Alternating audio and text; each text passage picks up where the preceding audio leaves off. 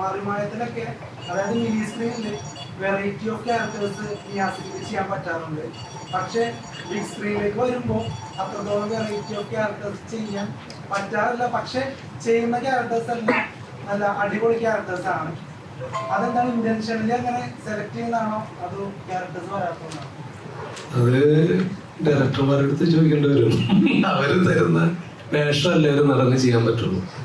നമുക്കൊരു വേഷം ഇന്നതാണെന്ന് പറഞ്ഞു തരുമ്പോൾ അതാണ് ഞാൻ പറഞ്ഞത്. എനിക്ക് ഏറ്റവും സന്തോഷം ഉണ്ടാക്കിയൊരു സിനിമയാണ് ഇത് ഞാൻ പറയാൻ കാരണം.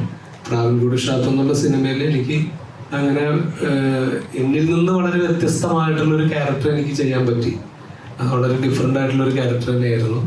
അത് അദ്ദേഹം പറഞ്ഞു തന്നതുപോലെ ഏറെക്കുറെ പുലർത്തി ചെയ്യാൻ പറ്റിയിട്ടുണ്ടെന്നാണ് ഞാൻ വിശ്വസിക്കുന്നത്. അത് നന്നായി എന്നൊക്കെ എല്ലാവരും പറയുന്നു. അപ്പോൾ ആ ഒരു സന്തോഷം നമുക്കുണ്ട്. ഇനിയും അങ്ങനെയുള്ള ക്യാരക്ടർ വന്നാൽ ചെയ്യണം. അത് ചെയ്യാൻ അങ്ങേറ്റത്തെ ആഗ്രഹമുണ്ട്. വന്നാലേ ചെയ്യാൻ പറ്റുള്ളൂ. വന്നാൽ ചെയ്യും. റെഫറൻസ് ഒക്കെ എടുക്കാറുണ്ട്. കാരണം ഇത്തരത്തിലുള്ള ക്യാരക്ടേഴ്സ് ഒക്കെ മുൻപ് ഇപ്പോൾ ജഗതി സാറും അതുപോലെ കുറെ നമ്മുടെ എക്സ്പീരിയൻസ് ആക്ടേഴ്സ് ഒക്കെ ചെയ്തിട്ടുണ്ട്. അപ്പോൾ അങ്ങനെ എന്തെങ്കിലും റെഫറൻസ് ഒക്കെ എടുക്കാറുണ്ട് ഇത്തരത്തിലുള്ള ക്യാരക്ടേഴ്സ് ചെയ്യുമ്പോൾ? അല്ലെങ്കിൽ ആ മറിമായത്തിന്റെ ആ ഒരു ബാക്ക് ബോൺ ആണോ മെയിനായിട്ട് ഇൻഫ്ലുവൻസ്? അല്ല, അങ്ങനെ ഏതാണ് അതിന് കാരണം എന്ന് നമുക്ക് അറിഞ്ഞൂടാ.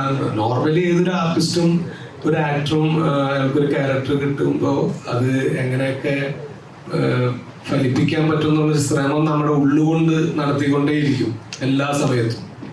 അത് ആ ഒരു സമയം അതിനുവേണ്ടി ഒരു മാസം ലീവ് എടുത്തിട്ട് പ്രാക്ടീസ് ചെയ്യല്ല. അതെല്ലാ സമയത്തും ആ ഷൂട്ട് കഴിയുന്നവരെയും ആ ഒരു ക്യാരക്ടറിൽ എങ്ങനെയൊക്കെ നിലകൊള്ളാൻ പറ്റുമെന്ന് അങ്ങനെ ശ്രമിച്ചുകൊണ്ടിരിക്കും ഒരു ആക്ടർ. അത് നമുക്ക് എല്ലാവർക്കും എല്ലാ നടന്മാർക്കും ഉള്ളൊരു കാര്യമാണ്. അതാണല്ലോ നമ്മുടെ ജോലി. അപ്പം അത് പരമാവധി ശ്രമിക്കാറുണ്ട്. പുലർത്തി നിൽക്കാൻ കഥാപാത്രത്തിനോട് പുലർത്തി നിൽക്കാൻ പരമാവധി ശ്രമിക്കാറുണ്ട്. ചിലത് സക്സസ് ആവും, ചിലത് പരാജയപ്പെടും. ഭാഗ്യം പോലെ ഇരിക്കും.